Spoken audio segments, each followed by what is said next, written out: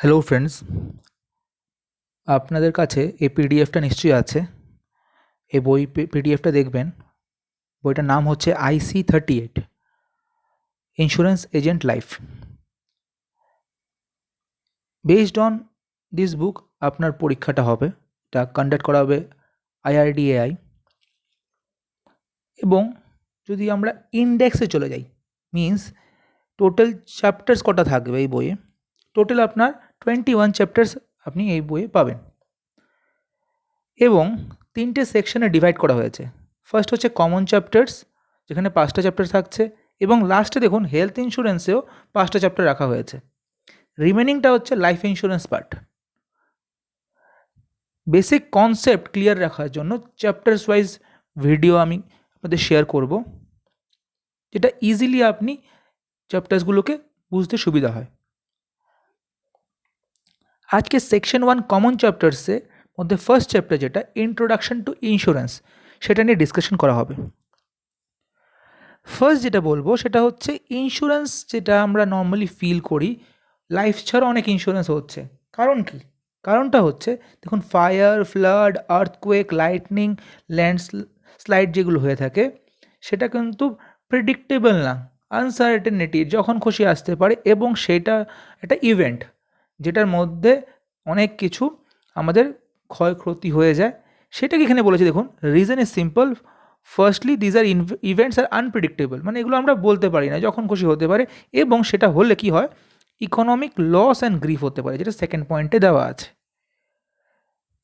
তাহলে আপনি আরও দেখবেন, আপনার প্রথম দিকে দেখুন ট্রেন কলাইডিং, মানে যদি কোনো ট্রেনে দুর্ঘটনা হয়, floods, earthquake, even young people dying suddenly prematurely, মানে অল্প বয়সে যদি কেউ মারা যায়, মিন্স ও কিন্তু এটাও একটা ইকোনমিক্যালি যদি দেখা হয় অনেক লস ফর কান্ট্রি এবং ফ্যামিলির জন্য। ইমোশনাল পার্টটা তো নিশ্চয়ই একটা আছে, কিন্তু ইকোনমিক্যালি কিন্তু অনেকটা, আর্থিক দিকে দেখতে গেলেও অনেক লস হয়ে গেল। এইবার যেটা হচ্ছে হিস্ট্রি, ইন্স্যুরেন্সটা এসছে কোথা থেকে? হিস্ট্রির প্রথম বলছে বেবিলনিয়াল ট্রেডার। ওরা কে? ওরা একটা এগ্রিমেন্ট সাইন করেছিল। যদি দেখুন কী লেখা আছে, Babylonian trader had agreement where they would pay additional sum to lender as a price of writing off their loan. Means এটা লোনের জন্য একটা এগ্রিমেন্ট করা হতো। In case of shipment was lost, মানে যদি জিনিসপত্র যদি নেওয়া যাওয়া হচ্ছে আপনার সমুদ্রের মাধ্যম দিয়ে, যদি কিছু হারিয়ে যায় বা চুরি হয়ে যায়, তাহলে সেটাকে বলা হয় বটমলি লোন। দেখুন দেওয়া আছে বটমরি, BOTTOMRY, বটমরি লোন, যেটার মাধ্যমে ওরা কিন্তু কী বলতো, এটা সিকিউরিটির জন্য, লোনের জন্য এটা under this agreement the loan takes against the security of ship or its good had it to be repaid only if and when the ship arrived safely after the voyage at its destination, মানে যদি safely পৌঁছে যায় তাহলে সেটা ওনার টাকাটা return পেয়ে যেত।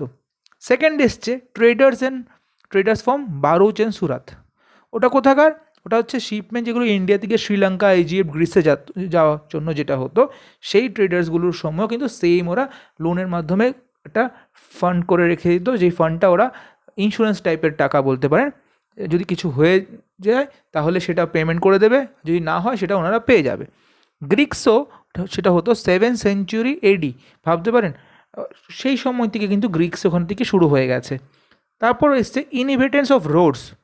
ওটা same concept, adopted practice were by if some goods were lost due to jettisoning during the distress, the owners of the good would bear the loss in some proportion, মানে সবটা করতে হতো না, কিছু প্রপোর্শন লসটা উনি বিয়ার করতে, অন্য বাকি প্রপোর্শনটা ওনারা যা টাকা জমিয়ে ওরা ইন্স্যুরেন্স টাইপ করেছিল, জমানো টাকা, সেটার মাধ্যমে হতো। তারপর হচ্ছে চাইনিজ ট্রেডার।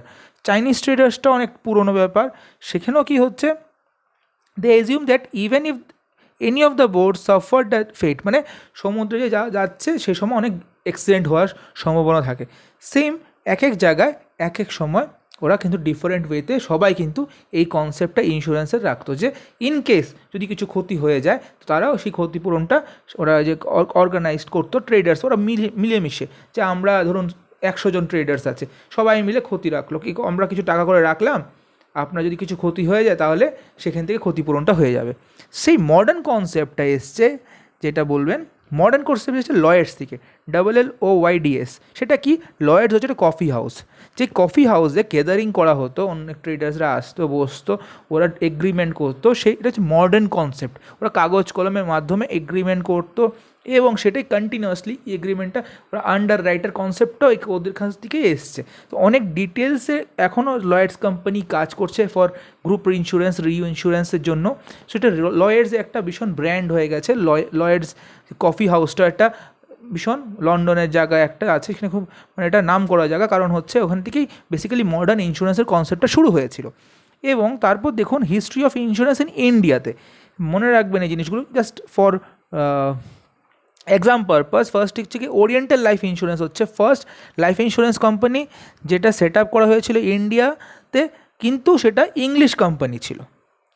তারপর হচ্ছে ট্রাইটন ইন্স্যুরেন্স কোম্পানি, যেটা কি ফার্স্ট নন লাইফ ইন্স্যুরেন্স ছিল। ফার্স্ট হচ্ছে লাইফ, এটা হচ্ছে নন লাইফ, যেটা এস্টাবলিশড ইন ইন্ডিয়াতে হয়েছিল। তারপর হচ্ছে বোম্বে মিউচুয়াল ইন্স্যুরেন্স সোসাইটি, এটা হচ্ছে ফার্স্ট ইন্ডিয়ান ইন্স্যুরেন্স কোম্পানি, 1870 সালে মুম্বাইতে শুরু হয়েছিল। তারপর হচ্ছে ন্যাশনাল ইন্স্যুরেন্স কোম্পানি, যেটা আজকেও আছে, oldest insurance company. It was founded in 1906, সেটা আজকেও বিজনেস করছে। এবং যেটা ইন্স্যুরেন্স অ্যাক্ট 1912 হয়েছিল, এবং প্রভিডেন্ট ফান্ড অ্যাক্ট সেটাও পাস করা হয়েছিল, এবং লাইফ ইন্স্যুরেন্স কোম্পানিজ অ্যাক্ট 1912 সালেই সেটা হয়েছিল। এই ইয়ারগুলো কাইন্ডলি একটু নোট ডাউন করে রাখবেন, এক্সামে কিন্তু সেখান থেকে প্রশ্ন আসতে পারে। তারপর হচ্ছে ইন্স্যুরেন্স অ্যাক্ট 1938, মনে রাখার জন্য বলবো 1947 আমাদের স্বাধীনতা 9 বছর আগে এই ইন্স্যুরেন্স অ্যাক্ট কিন্তু শুরু হয়েছিল। এবং তারপর ন্যাশনালাইজেশন হয়েছিল। ন্যাশনালাইজেশন মানে লাইফ ইন্স্যুরেন্স কর্পোরেশন অফ ইন্ডিয়াকে গভর্নমেন্ট সভিরিয়ান গ্যারেন্টি দিয়ে বলেছে রেসপন্সিবিলিটি আমার, সাম এশিওর্ড এবং বোনাস যেটা হবে। সেটা কীভাবে হয়েছিল? 170টা কোম্পানি এবং 75টা প্রভিডেন্ট ফান্ড সোসাইটি, সেইগুলো একসাথে কোম্পানি ছিল, প্রাইভেট কোম্পানি লাইফ ইন্স্যুরেন্সে এবং প্রভিডেন্ট ফান্ড সবাইকে একসাথে করে এনে একটা অর্গানাইজেশন করেছে। তখন এটাকে নাম দেওয়া হয়েছে life insurance corporation of India, LICI। এবং ন্যাশনালাইজেশন যেমন লাইফ ইন্স্যুরেন্সের হয়েছে, নন লাইফেরও ন্যাশনালাইজেশন হয়েছে, সেটাকে আবার নাম দেওয়া হয়েছে GIBNA, general insurance business national act. কোন সালে সেটা? সেটা 1972, 1972। সেখানে 4টে সাবসিডিয়ারি করা হয়েছিল। এখানে ছিল 106টা ইন্স্যুরেন্স কোম্পানি, নন লাইফে প্রাইভেট ছিল, এগুলোকে একসাথে করে এনে সেটা করা হয়েছিল। তারপর মালহোত্রা কমিটি, মালহোত্রাকে সেই সময় রিজার্ভ ব্যাঙ্কের গভর্নর ছিলেন, সে রিজার্ভ ব্যাঙ্কের গভর্নর যিনি ছিলেন, উনি একটা কমিটি ফরমেশন করেছিল। কমিটিটা হয়েছিল অ্যাকচুয়ালি 1993 কমিটি, যেটা রিপোর্টটা জমা করেছে, মানে কমিটির রিপোর্ট জমা করেছে 1994 সালে। তারপর এসছে ইন্স্যুরেন্স IRA 1997-এ। তারপর 1999-এ এসছে আপনার IRDAI, এবং সেই ফরমেশনটা আলটিমেটলি এপ্রিল 2000-এ গিয়ে IRDAI কিন্তু একটা কাজে এসছে। Therefore, non-life and health insurance, IRDA also subsequently renamed IRDAI in actually 2014-তে গিয়ে IRDAIকে রিনেম করা হয়েছে। আগে IRDA বলেই বলা হতো, রিনেম হয়ে গেছে। মিনস যদি বলেন কবে অ্যাকচুয়ালি কাজটা শুরু হয়েছে, অ্যাকচুয়ালি 2000 এপ্রিল থেকেই কিন্তু IRDAI-এর কাজটা শুরু হয়ে গেছে। সেখানে কি বলা হচ্ছে? ট্রান্সপারেন্সি নিয়ে আসার জন্য সব প্রাইভেট কোম্পানি এবং লাইফ ইন্স্যুরেন্সের জন্য এজ এ রেগুলেটর উনি কাজ করবে। যেমন আপনারা এক্সামটা দেবেন, সেটা IRDA এক্সাম কন্ডাক্ট করা হবে, সেখানে সব কোম্পানি সবাই কিন্তু পরীক্ষা দিতে পারবে। এবং সব কোম্পানি ঠিকঠাক করে বিজনেস করছে কি না, প্রাইভেট কোম্পানি মানে কোনো ফ্রড কিছু করলে ওরা যদি জিনিসটা ধরতে পারে, যেমন টাকা বেশি করে নিয়ে নিল বা টাকা ক্লেম দিল না, যেগুলো সমস্যা আগে হয়ে থাকতো, তখন কেউ কিন্তু একটা কোনো রেগুলেটর থাকতো না। যেরকম ব্যাংকের রেগুলেটর হচ্ছে রিজার্ভ ব্যাঙ্ক অফ ইন্ডিয়া, সেরকম ইন্স্যুরেন্সের রেগুলেটর হচ্ছে IRDAI। ওদের কাজ হচ্ছে এগুলো দেখা যে ঠিকঠাক করে কাজগুলো হচ্ছে কি না, সেটা দেখার কারণটাই হচ্ছে আপনার এক্সামটা দেখবেন, এটা ওরা দেখছে, কোনো পার্টিকুলার কোনো অর্গানাইজেশন দেখছে না, যাতে এক্সামটা ঠিক করে হয় এবং পারফেক্ট ক্যান্ডিডেট যেন লাইফ ইন্স্যুরেন্স বিজনেসে জয়েন করে, সেটাই হচ্ছে মেইন কারণ। Life insurance of India total আজকের দিনে 24টা টোটাল কোম্পানি কাজ করছে, যেখানে 23খানা কোম্পানি হচ্ছে প্রাইভেট কোম্পানি। ওয়ারএজ একমাত্র অর্গানাইজেশন যেটা 100% গভর্নমেন্ট অর্গানাইজেশন বলতে পারেন, সভেরিয়ান গ্যারেন্টি গভর্নমেন্ট অফ ইন্ডিয়ার মাধ্যমে আছে, সেটা হচ্ছে life insurance corporation of India, only public sector company. এবং বাকি সব কোম্পানি হচ্ছে প্রাইভেট কোম্পানি। দেখবেন প্রতি মধ্যে একটা প্রশ্ন করে আছে, সেগুলোর অ্যান্সারগুলো আপনারা লিখে রাখুন, লাস্টে অ্যান্সারগুলো কিন্তু সব পেয়ে যাবে। Which among the following is the regulator of insurance industry in India? Insurance authority of India, নাকি insurance regulatory and development authority of India, না life insurance corporation of India, না জেনারেল ইন্স্যুরেন্স কোম্পানি? যে আপনি kindly এটা অ্যান্সারটা লিখে রাখুন, লাস্টে অ্যান্সার কিন্তু আপনি দেখতে পাবেন। হাউ ইন্স্যুরেন্স ওয়ার্ক, ইন্স্যুরেন্স কীভাবে কাজ করে দেখুন, একটা এক্সাম্পল দিয়ে খুব সুন্দর করে বোঝানো হয়েছে যে 5টা কোম্পানি টাকা একসাথে রাখলো ফর মিউচুয়াল, ওদের থিঙ্কিংটা সেম, যে আমাদের কিছু যদি হয়ে যায়, ওরা একটা ইন্স্যুরেন্স কোম্পানিকে টাকা দিচ্ছে। সাপোজ ওরা কোম্পানিকে এভরি ওয়ান পেমেন্ট করছে 1 লাখ করে, ইভেন তাহলে কী হচ্ছে 5 লাখ রুপিস রাখছে, সে কোথায় রাখছে? ইন্স্যুরেন্স কোম্পানিকে। এবং যদি কিছু ক্ষতি হয়ে যায়, লাইক ফায়ার বা কোনো আর্থকুয়েক, কিছু কোনো হতে পারে, সেটা ক্লেমটা কে করবে? ইন্স্যুরেন্স কোম্পানি করবে। তো নিশ্চয়ই 1 লাখের বিনিময়ে 1 লাখে পাবে না, 1 লাখের বিনিময়ে নিশ্চয়ই দেখুন আপনি 5 লাখের কভারেজ দেওয়া আছে। সেই রকমভাবে কভারেজ ডিপেন্ড করে অনেক কিছুর ওপর, যেমন আপনার যদি লাইফ ইন্স্যুরেন্সের ক্ষেত্রে হয় এজ এবং টার্ম ডিপেন্ড করছে, সেই রকমই এখানে ওদের কিন্তু এটা মেন হচ্ছে কি, ইন্স্যুরেন্স কোম্পানিতে যারা কিছু রাখে ওরা মিউচুয়াল ব্যাপারটা থাকতে হবে, যে আমাদের সবারই উদ্দেশ্য একটাই, যে এই কারণে যদি কিছু হয় আমি টাকা পাবো। এইভাবে কিন্তু তাহলে ইন্স্যুরেন্স কোম্পানি ফান্ড ক্রিয়েট করছে, এবং তাতে ইন্স্যুরেন্স কোম্পানিরও লস কিছু নেই, ওয়ারেজ যিনি রাখছে ওনারও কিছু লস নেই, তো দুজনেরই বেনিফিটেড হচ্ছে। ওয়ারেজ অর্গানাইজেশন যদি ছোট থাকে তাহলে খুব সমস্যা, যত বড় ইন্স্যুরেন্স কোম্পানি হবে তত সিকিওর্ড যিনি টাকা রাখছে। ছোট কোম্পানি যদি ইন্স্যুরেন্স কোম্পানি হয় তাহলে কী হচ্ছে, এখানে রিস্কটা বেশি হয়ে যায়, কারণ ইনকেস যদি বেশি একসাথে অ্যাক্সিডেন্ট হয়ে যায় তাহলে ক্লেম দেওয়ার সময় ওদের কাছে টাকার অভাব হতে পারে। কিন্তু ইন্স্যুরেন্স কোম্পানি যদি বিশাল বড় থাকে, যেমন life insurance corporation of India, fund মারাত্মক ফান্ড 31 লাখ ক্রোড়, তো সেই এখানে বড় কিছু অ্যাক্সিডেন্ট হয়ে গেলেও কিন্তু ক্লেম পাওয়ার সময় সমস্যা হয় না। How insurance work may be physical, ধরুন কার অ্যান্ড বিল্ডিং যেগুলো হয় এগুলো হচ্ছে ফিজিক্যাল, নন ফিজিক্যাল লাইক গুডউইল, এগুলো নষ্ট যদি হতে, personal like I limp. Actually এটা হচ্ছে ইন্স্যুরেন্স ওয়ার্কের পর কিছু কিছু টার্ম যেগুলো আমাদের বোঝার জন্য দরকার, সেটা রিস্ক অ্যান্ড পেরিল। রিস্ক মানে কি? Chance of a loss is called a risk, আর cause of the risk in an event is called peril. দুটো কিন্তু ডিফারেন্ট আছে। এবং কনসেপ্ট অফ পুলিং, এই ওয়ার্ডটা মনে রাখবেন। পুলিং মানে কি? একই টাকা রাখা একসাথে, যা consist of collection of numerous individual from various person, this person are similar asset which are exposed to similar risk. Same যদি অ্যামাউন্টের রিস্ক থাকে তাহলে সেটাকে পুলিং বলা হয়, যেরকম ইন্স্যুরেন্সের প্রিমিয়ামগুলো নেওয়া হয়। এবং this pool of fund is used to compensate the few who might suffer the loss as caused by a peril, means একজনের ক্ষতির জন্য অনেকজনের সেটা টাকা নিচ্ছে, সেটাকে few who might suffers the lost peril. কোনো ক্ষতি যদি হয়ে থাকে, পেরিল যেটা বলা হচ্ছে যে কজ অফ রিস্ক, কজ রিস্কটা হওয়ার কারণ যেটা। The process of pooling the fund and compensating the unlucky few is carried out by the insurance institute known as insurer, মানে যিনি টাকাটা দেবে, প্রোভাইড করবে, just like insurance company, okay বলা হয় ইন্স্যুরার। মানে life insurance corporation of India হচ্ছে insurer, এই ওয়ার্ডটা মনে রাখবেন। এবং যদি যে ইনশিওর্ড হবে, the insurer enters into an agreement কন্ট্রাক্টের মধ্যে দিয়ে কিন্তু সেটা হয়, মানে একটা কাগজে যেটা বন্ড পেপার, সেটা হচ্ছে কন্ট্রাক্ট। কার সাথে? Each person who seeks to participate in the scheme, such participant is known as insured, মানে যিনি পলিসি হোল্ডার ওনাকে বলা হচ্ছে ইনশিওর্ড। কন্ট্রাক্টে কার কার সাথে হচ্ছে? ইনশিওরার এবং ইনশিওর্ডের মধ্যে। ইনশিওর্ড হচ্ছে যিনি পলিসি হোল্ডার, আর ইনশিওরার মানে হচ্ছে যে organisation like life insurance corporation of India. Second যেটা আসছে risk burden, primary risk burden এবং secondary risk burden. Primary risk burden আর রিস্ক সেকেন্ডারি, আমি এক্সাম্পলটাকে আপনাকে সবচেয়ে ভালোভাবে আপনি বুঝতে পারবেন। When a factory get destroyed by fire, যদি কোনো আগুনের কারণে ফ্যাক্টরিটা ডিস্ট্রয় হয়ে যায়, কোনো factory suppose, the actual value of goods damage or destroyed can be estimated. স্বাভাবিক কথা, যা ক্ষতি হয়েছে সেটা আমি এস্টিমেট করে বলতে পারি যে কত ক্ষতি হয়েছে, কী ক্ষতিপূরণ হয়েছে। কিন্তু compensation can be paid from whose suffer the loss, স্বাভাবিক এই টাকা ক্ষতিপূরণ হবে। কিন্তু একজন if an individual undergo a heart surgery, the medical cost of the same is known and compensated. স্বাভাবিক এখানে এই জায়গাও বলা হচ্ছে যে কোনো হার্ট সার্জারি হচ্ছে, কিন্তু সেটাও বলা যাবে। এক্সাম্পল আরেকটা দেখুন, এ ফায়ার হ্যাঁ, in addition there maybe some indirect loss মানে যে টেনশনটা হবে, তাই না? এই টেনশনটা সেটা সেকেন্ডারি বার্ডেনে পড়ে আসছে। এগুলো হচ্ছে প্রাইমারি বার্ডেন অফ রিস্ক। আরেকটা এক্সাম্পল প্রাইমারি যে fire may interrupt business operation, স্বাভাবিক, and lead to loss of profit, সেই কারণে একটা লস হতে পারে প্রফিটে, সেটাও ঠিক।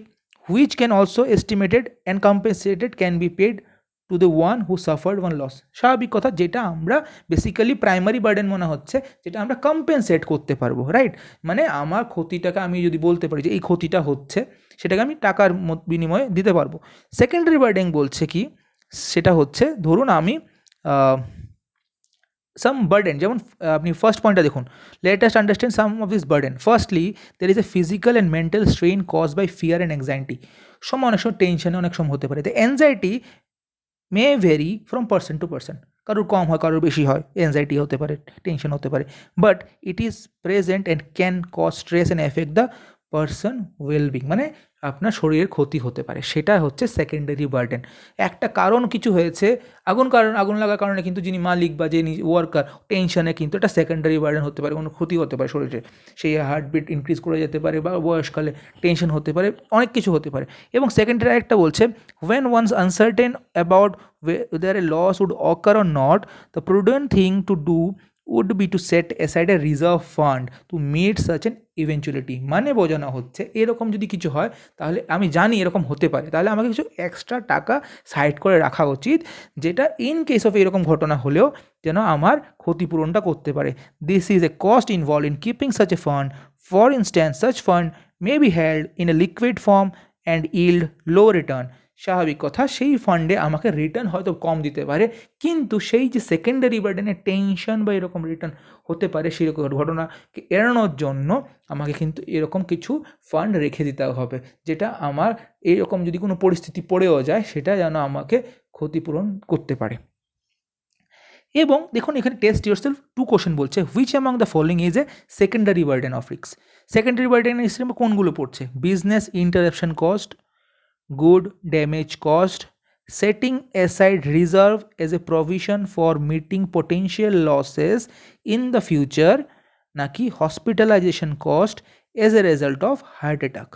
কাইন্ডলি আপনি নোট করে রাখুন কোনটা সেকেন্ডারি বার্ডেন রিস্কের এক্সাম্পলের মধ্যে পড়ছে।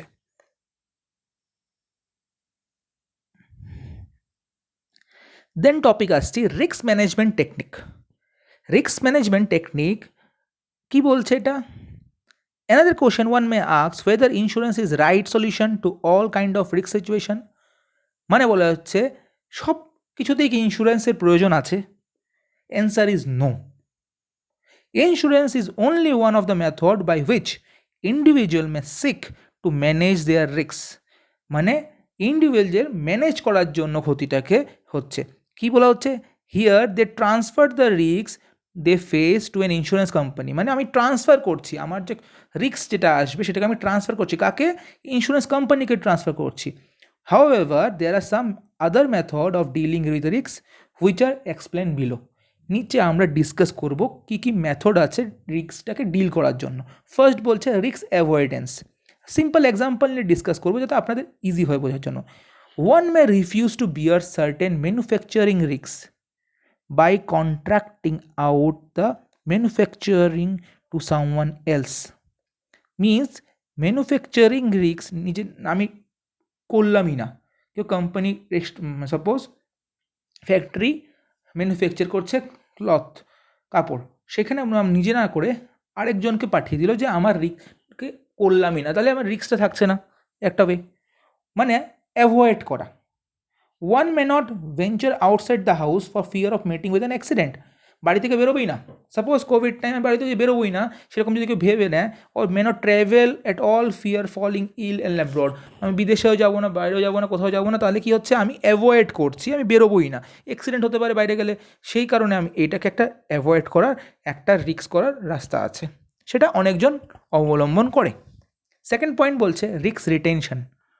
সে এক্সাম্পল কী বলছে, a business house may decide based on the experience about its capacity to bear small losses up to a certain limit to retain the risk with itself। বলছে যদি কোনো business organisation থাকে, মনে করে যে একটা আমার এই ক্ষতিটা আমি নিজে কিন্তু ক্ষতিটা দিতে পারি। সাপোজ ওনার 2 crore অ্যাসেটের বিজনেস আছে। উনি জানে যে আমার যদি 2 crore জলেও চলে যায়, আমার কাছে অলরেডি সেটার রিপ্লেস করার টাকার ব্যবস্থা আছে, কোনো সমস্যা নেই। তো আমার এটার জন্য কভারেজ ইন্স্যুরেন্স করার কোনো প্রয়োজন নেই। সেটা ভেবে রাখতে পারে। এটা ডিপেন্ড আপন পিপল থিঙ্কিং। কিছু মানুষ এরকম ভাবে যে কেউ রিস্ক অ্যাভয়েড করে চলে যায়, কেউ রিস্কটাকে রিটেন করে রাখে যে না অসুবিধা নেই। থার্ড বলছে risk reduction and control. Reduction and control মানে কি? সেখানে example, the measure to reduce chance of occurrence is call loss prevention, মানে চান্সটা কমিয়ে দেওয়ার জন্য। মেজারটা reduce the degree of loss call loss reduction. একটা হচ্ছে লস প্রিভেনশন, একটা হচ্ছে loss reduction. Degree of loss যদি কমাতে হয় তাহলে লস রিডাকশন, মানে বলতে পাওয়া যাচ্ছে সিম্পল ল্যাঙ্গুয়েজে আমি কম করব এটাকে, তাহলে কি করতে হবে? Risk reduction involves reduction in frequency size of loss through one or more technique. কী কী টেকনিক আছে এখানে? 4টে টেকনিক দেওয়া আছে। প্রথম হচ্ছে education and training, holding regular fire drill for employee, মানে সাপোজ কোনো for ensuring educate training for driver, forklift operator, wearing helmet and seat belt, যেগুলো আমরা এডুকেট করি না রিস্কটাকে রিডিউস করার জন্য, যে আমার সিট বেল্ট পরুন, হেলমেট পরুন, রিস্কটা রিডিউস হবে, কিছু হয়ে গেলেও আপনি অ্যাটলিস্ট বেঁচে যাবেন। তো এটাকে রিডিউস করা, ট্রেন করান। One example of this education, school going to skilled for avoiding junk food, বলা হয় না বাইরের খাবার কম খান তাহলে আপনার শরীর ভালো থাকবে। এইগুলো হচ্ছে কি রিডাকশন করার জন্য এটা এডুকেশন, এটা টেকনিক। সেরকমই making environmental changes like improving physical condition, better looks on door, bars or shutters or window, হ্যাঁ, তো installing বার্গলার or fire alarms extinguisher, হ্যাঁ, making environment change like CCTV camera দিয়ে রাখে না, তাই না?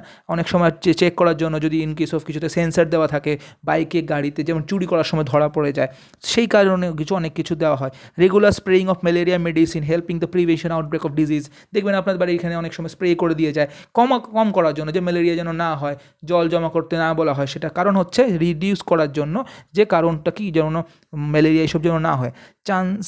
Changes made in dangerous or hazardous operation while using machinery and equipment on performance on the other tasks. For example, leading a healthy lifestyle and eating properly at the right time, মানে ভালো করে খাওয়া দাওয়া করা, continue করা, মানে যেটার মাধ্যমে রিডিউস করছে ওনার শরীরে ডেঞ্জারাস কিছু ক্ষতি করা, মানে ভালো খাবার খেলে স্বাভাবিক যেটা হয়।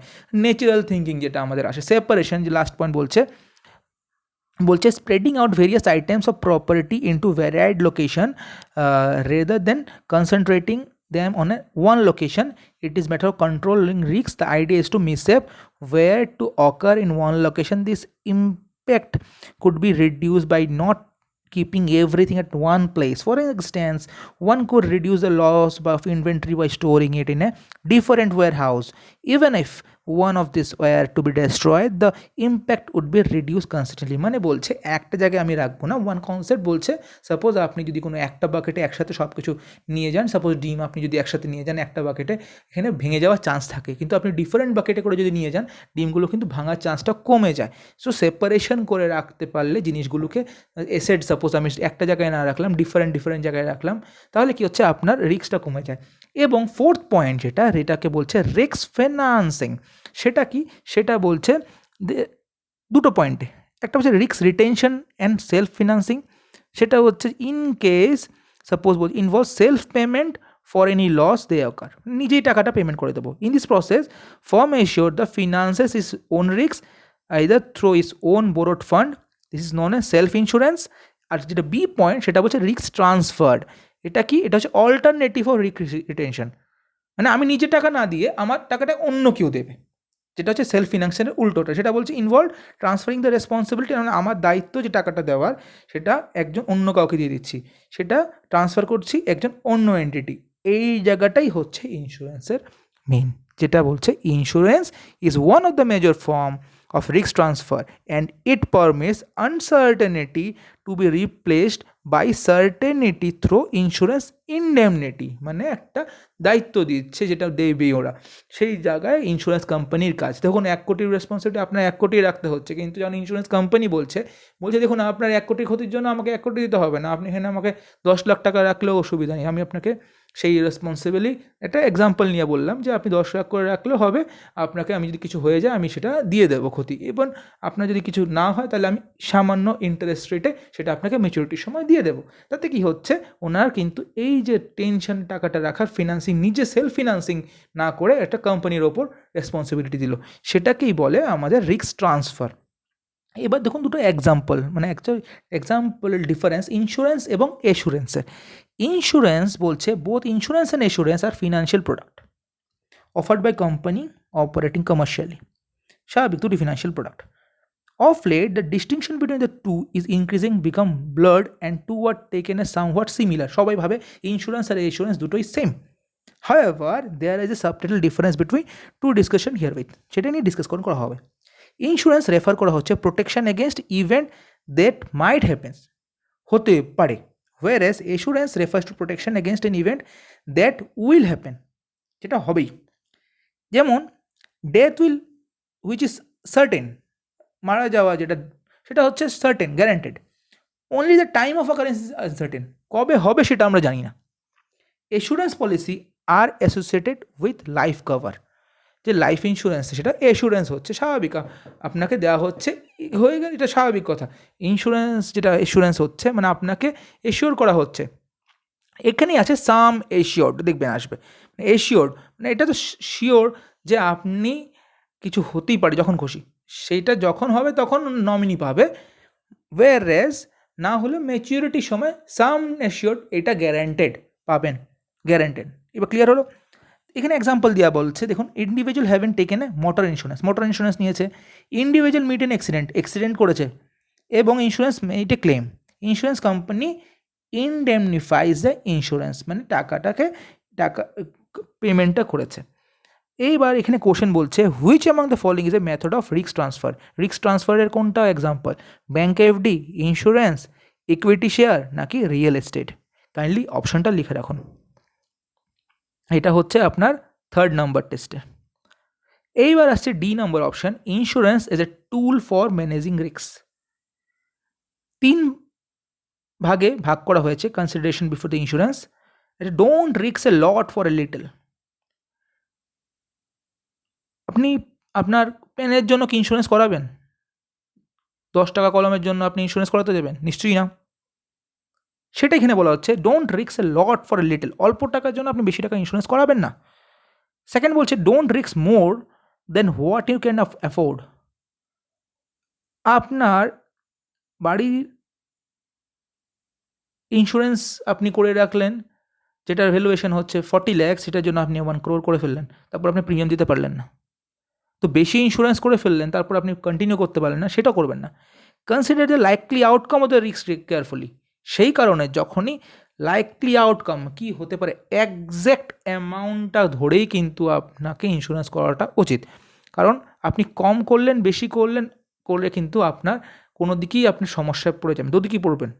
কেন কি, একটা হচ্ছে কম দরকার নেই সেখানে করেছেন, এক্স্যাক্ট করার জন্য লাইকলি আউটকাম আমাকে দেখতে হবে, সেটাকে ইন ডিটেলস এখানে ডিসকাশন করে বলা হয়েছে। এক্সাম্পল বলছে, তারপর দেখুন টেস্টের 4 নম্বর বলছে which among the following scenario warrants insurance, the sole bread winner of a family might die untimely. Second বলছে a person may loss his wallet. Third বলছে stock price may fall drastically, house may loss value due to natural wear and tear. Kindly অ্যান্সারটা লিখে রাখুন, লাস্টে আপনাদের সবগুলোর answer দেখানো হবে। Role of insurance in society, যে অপশানগুলো আছে দেখুন, রোল অফ ইন্স্যুরেন্সে বলছে insurance company play important role in countries economic development, স্বাভাবিক কথা। They are contributing a significant sense of ensuring that the wealth of the country is protected and preserved. Some of their contribution are given below.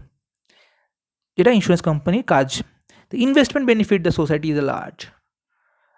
Insurance company strength lies in the fact that huge amount are collected and pooled together in the form of premium.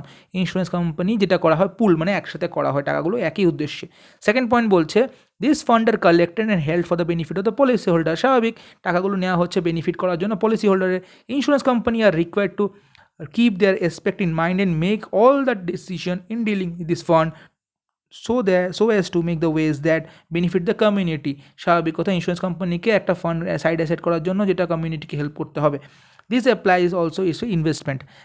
That is why successful insurance company would not be found investing in speculative venture like stock and shares. সেই জন্য আমাকে কিন্তু টাকা কেন দিতেই হবে, সেই জন্য একটা পার্সেন্টেজ অফ ফান্ড সিকিউরড ফান্ডে রাখতে হবে।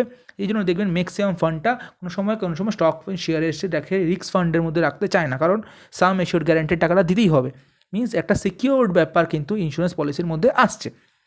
সি পয়েন্ট হচ্ছে system of insurance provide numerous direct in indirect benefit. Directly অনেক কিছু বেনিফিট পাওয়া যায়, ইনডাইরেক্টলি বেনিফিট পাওয়া যায়। His family to industry and commerce and to the community as a nation as a whole. দেশের জন্য insurance policy অনেক কিছু কাজে আসে। তো insured both individual and enterprises মানে একজন মানুষ এবং কোম্পানি যে আছে আর directly benefited because can they are protected from the consequence of the losses that may be cause by an accident or fortunate event. মানে কোনো কারণে যদি কোনো অ্যাক্সিডেন্ট হয়ে যায় অথবা কোনো কিছু ক্ষতি হয়ে যায় সেটার সেই কারণে ইন্স্যুরেন্স খুব দরকার। Insurance does a sense of protect the capital of the industry. আসল মূলধনটাকে কিন্তু ওরা সুরক্ষিত করছে এবং release the capital for further expansion and development of the business. সেই কারণে কিন্তু ওরা ইনকেস যদি কোনো ক্ষতি হয়েও যায় সেই অর্গানাইজেশন কিন্তু নষ্ট হয়ে যায় না, সেটা আরও ডেভেলপ করতে সাহায্য করে। ডি নাম্বার পয়েন্ট বলছে ইন্স্যুরেন্স রিমুভ দ্য ফিয়ার। ভয়টাকে কিন্তু অনেকটা দূর করে দেয়। ইনকেস যদি এরকম হয়ে যায় রাতে ঘুম না হোক, সেটা থেকে ভালো আমি এটা ইন্স্যুরেন্স করে রাখি। ফিয়ার, ওয়ারি, অ্যাংজাইটি যেগুলো হওয়ার সম্ভাবনা থাকে অ্যাসোসিয়েটেড উইথ ওয়ান ফিউচার, আমার ফিউচারে কী হবে, পেনশন প্ল্যানিং থাকলে সেটা হবে না। Thus insurance encourage the commercial and industrial development. সেই কারণে ইন্ডাস্ট্রিয়াল ডেভেলপমেন্টের জন্য ইন্স্যুরেন্সটা ভীষণ প্রয়োজন। With the generation of employment opportunity there by contributing to the healthy economy and increase nation productivity. তাতে কি হচ্ছে দেশের আর্থিক অবস্থা ভালো হয় যদি কেউ ইনশিওর করে রাখে। আর ইন্স্যুরেন্স কোম্পানির মাধ্যমে যারা পেমেন্ট পেয়ে যায়, স্বাভাবিক কথা সেটা কোনো আনসার্টেনিটি বলা যায় না কোন সময় কার অ্যাক্সিডেন্ট হয়।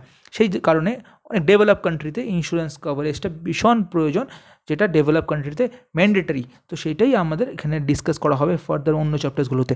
এ bank or financial institution may not advance loan or property unless it is insured against or loss or damage by insurance perils. Most of the incident assigned a policy on collateral security. দেখবেন এখন loan করার সময় আপনাকে ইন্স্যুরেন্সের mandatory করে দেওয়া হয়েছে অনেক জায়গাতেই, যে ইন্স্যুরেন্স না থাকলে আপনি লোন পাবেন না। সেটা ব্যাঙ্কেও সিকিউর করছে ফার্দার ওনাদের ক্লেমের সময়। যদি কোনো কারণে কোনো কেউ ডেথ হয়ে যায় লোন নেওয়ার পর, সেটা ইন্স্যুরেন্সের কোম্পানির মাধ্যমে পেমেন্ট হয়ে যাবে। এফ নম্বর অপশন বলছে before acceptance of the risk insurer arrange survey and inspection of the property to the insured qualified engineers and other expert. দেখবেন জেনারেল ইন্স্যুরেন্সে যখন পলিসিগুলো করা হয় তখন কি হচ্ছে ইন্স্যুরার এক্সপার্ট কোয়ালিফাইড ইঞ্জিনিয়ারকে চেক করে নেয় ঠিকঠাক আছে কি না, তারপর কিন্তু সেই হিসাবে আন্ডার রাইটিং করা হয়। They not only access the risk for rating purpose but also suggest the recommend to the insured various improvement of the risk which can attract lower rate of premium. ওরা নিশ্চয়ই আপনাদের suggest করবে যারা কোন টাকায় premium করলে কম পড়বে, সেটা করলে ভালো হয়, সেটা ওরা কিন্তু সার্ভে করে বলে দেয়। জি নাম্বার অপশন বলছে insurance ranks with the export, trade, shipping, banking service. যেখানে যেখানে ইউজ করা হয়, যেটা হচ্ছে ট্রেড করার সময়, শিপিংয়ে, ব্যাঙ্কিং সার্ভিসের সময়, এবং as a foreign exchange Indian insurance operated more than 30 কান্ট্রিজে এখানে কাজ করা হয়। এবং এইচ অপশন দেখুন insurer closely associated with several agencies and institute, fire loss, cargo, industry safety, road safety, এখানেও কিন্তু ইন্স্যুরেন্সের ভীষণ কাজ হয়। এখন দেখুন আপনার কিছু কিছু ইম্পর্টেন্ট টপিকস বলবো না, এগুলো গভর্নমেন্ট সাবসিডাইজ স্কিম যেগুলো লঞ্চ করেছে, राष्ट्रीय कृषि बीमा योजना, राष्ट्रीय स्वास्थ्य बीमा योजना, प्रधानमंत्री जीवन ज्योति बीमा योजना, प्रधानमंत्री सुरक्षा बीमा योजना, এগুলো হচ্ছে গভর্নমেন্টের মাধ্যমে কিছু স্কিম লঞ্চ করেছে। টেস্ট নাম্বার 5 বলছে which of the given below insurance scheme is run by the insurer and not sponsored by the government. কোনটা ইন্স্যুরার এর মাধ্যমে করা হচ্ছে, গভর্নমেন্টের মাধ্যমে না। জন আরোগ্য থার্ড অপশন, 2 অপশন হচ্ছে crop insurance scheme, employee state insurance corporation, নাকি 4th option all of the above. 5 number option হয়ে গেছে এবার সামারি করে নিচ্ছি যা যা পড়া হয়েছে, আজকে ডিসকাশন করা হয়েছে। প্রথম বলছে insurance is risk transfer through risk pooling. তারপর বলছে origin of commercial insurance business, practice today is traced to Lloyd নিয়ে কথা হয়েছে।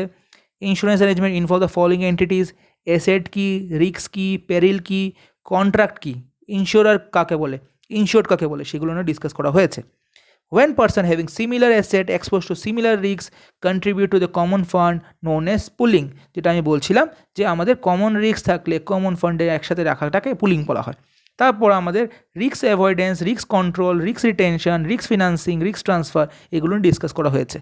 তারপর থাম্ব রুল অফ ইন্স্যুরেন্স কী বলছে, ডোন্ট রিস্ক মোর, যেটা বললাম thumb rule of insurance, don't risk more that you can't afford, বেশি ইন্স্যুরেন্স করে তারপরে চালাতে পারলাম না, এটা একটা term rule. Consider the likely outcome of the risk carefully, ভালো আমাকে নিজেকে বুঝতে হবে কোনটা করা উচিত। Don't risk A lot for a little, সেটাও সেম। রিস্ক মোর, যেরকম পেন্সিলের এক্সাম্পল দিয়েছিলাম, বাড়ির এক্সাম্পল দিয়েছিলাম। কি টার্ম যেগুলো নিয়ে আমরা ডিসকাশন করেছিলাম, risk, pooling asset, burden of risk, risk avoidance, risk control, risk retention, risk financing, risk transfer, সেগুলো নিয়ে আমরা ডিসকাশন অলরেডি করে ফেলেছি। এবার অ্যান্সার দেওয়া হচ্ছে। ফার্স্ট কোয়েশ্চেন যেটা ছিল, যেটা আমাদের অপশন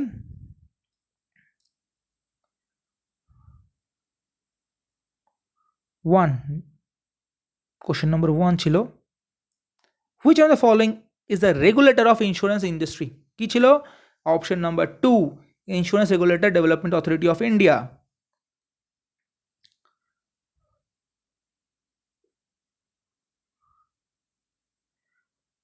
আশা করি আপনারা নিজের অ্যান্সারগুলো মিলিয়ে নিচ্ছেন। সেকেন্ড অপশনের অ্যান্সার হচ্ছে 3, needs of setting aside reserve as a provision for potential loss in the future in secondary burden of রিস্কের এক্সাম্পল। থার্ড হচ্ছে insurance is a method of risk transfer. এবং ফোর্থ অপশন হচ্ছে যেটা option number 1, bread winner of a family might die ultimately leaving the entire family to fend for itself. Such a scenario warrant purchase of a life insurance. কী কারণে? কারণ হচ্ছে যে bread winner মানে যিনি ঘরের সংসার চালায় তাকে ব্রেড উইনার হিসাবে বলা হচ্ছে, যে যার কারণে ঘরে ডাল ভাত হচ্ছে, সে যদি কোনো কারণে কিছু হয়ে যায় তাহলে কিন্তু পুরো পরিবারটা চলে যাবে জলে। সেই কারণেই বলা হচ্ছে যে আপনার লাইফ ইন্স্যুরেন্সটা প্রয়োজন। এবং থার্ড অপশন যেটা, Jan Arogya scheme is run by insurer and not sponsored by government, গভর্নমেন্টের মাধ্যমে সেই স্কিমটা হয় না। এখন কিছু কিছু প্রশ্ন যেটা দেখবেন আপনার বইয়ে দেওয়া আছে, যেগুলো আপনি কি স্টাডি করলে আপনার কনসেপ্টটা অলরেডি ক্লিয়ার হয়ে আছে। যেমন risk transfer is risk pooling is known as insurance. তারপর হচ্ছে measure to reduce the chances of occurrence of risk, আমাকে রিডিউস করার জন্য কী কী বলতে হবে সেটা আপনার কাছে ডিসকাস করা হয়েছে। Risk retention, prevention, transfer, avoidance. By transferring the risk, সেটা কী হচ্ছে। অরিজিন অফ মডার্ন ইন্স্যুরেন্স, বুঝতেই পারছেন অলরেডি ডিসকাস করা হয়ে গেছে। একবার আপনারা পয়েন্টগুলো লিখুন, আপনার সাথে অ্যান্সারগুলো পরে এখানে দেখাবে। In insurance context, risk retention indicated situation. Risk retention সেটা কোন সিচুয়েশনটাকে বলা হচ্ছে?